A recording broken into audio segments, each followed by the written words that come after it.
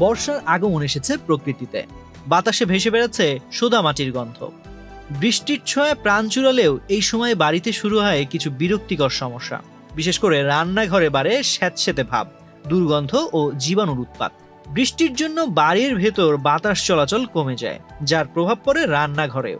মেঝে চটচটে হয়ে যায়, ফ্রিজ ও সিঙ্কে বোটকা গন্ধ ছড়ায়, এমনকি মশলাতেও ঘাম জমে তাজা গন্ধ হারিয়ে যায়।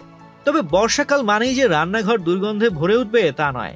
কয়েকটি সহজ ঘরোয়া উপায়ে মেনে চললেই রান্নাঘর থাকবে পরিচ্ছন্ন, টাটকা ও সুগন্ধে ভরপুর। তো দেরি না করে চলুন জেনে নেওয়া যাক কোন সেই উপায়গুলো।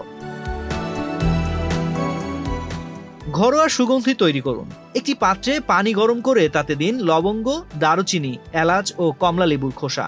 ফুটতে দিন কিছুক্ষণ। রান্নাঘরে এই মিশ্রণের সুগন্ধ দ্রুত ছড়িয়ে পড়বে, দূর হবে আর্দ্রতার সোদা গন্ধ। ভিজা কাপড় রান্নাঘরে নয়।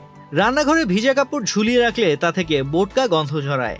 তাই বারান্দা, ছাদ বা জানালায় শুকাতে দিন কাপড়। প্রয়োজনে ঘুরিয়ে ফিরিয়ে ব্যবহার করুন একাধিক পরিষ্কার কাপড়। মশলার যত্ন নিন। আর্দ্র আবহাওয়ায় মশলার গুণমান ও গন্ধ হারিয়ে যেতে পারে। সপ্তাহে অন্তত একদিন মশলার বয়ামগুলো রোদে দিন। রোদ না থাকলে হালকা বাতাসে রেখে দিন কিছু সময়। বেকিং সোডা ব্যবহার করুন। মশলার আলমারি বা সিঙ্কের পাশে একটি পাত্রে বেকিং সোডা রেখে দিন। এটি আর্দ্রতা ও গন্ধ শুষে নেবে। প্রতি 2 সপ্তাহে একবার বদলানো উচিত। সিঙ্ক পরিষ্কার করুন ঘরোয়া পদ্ধতিতে। লেবু ও লবণ একসঙ্গে মিশিয়ে সিঙ্ক ঘষে পরিষ্কার করলে বোটকা গন্ধ দূর হবে। দোকানের ক্লিনারের চেয়েও এটি বেশি কার্যকর। ফ্রিজের দুর্গন্ধ প্রতিরোধে বর্ষায় ফ্রিজ পরিষ্কার করা খুব জরুরি। জল ও ভিনেগার মিশিয়ে তাক পরিষ্কার করুন। তারপর ফ্রিজে একটি বাটিতে কিছু লেবু বা কফির গুঁড়ো রেখে দিন। দুর্গন্ধ আর আসবে না। শুকনো উপকরণ রোস্ট করুন।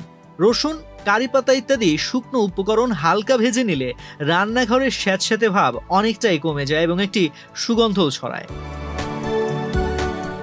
তো আজ এ পর্যন্তই।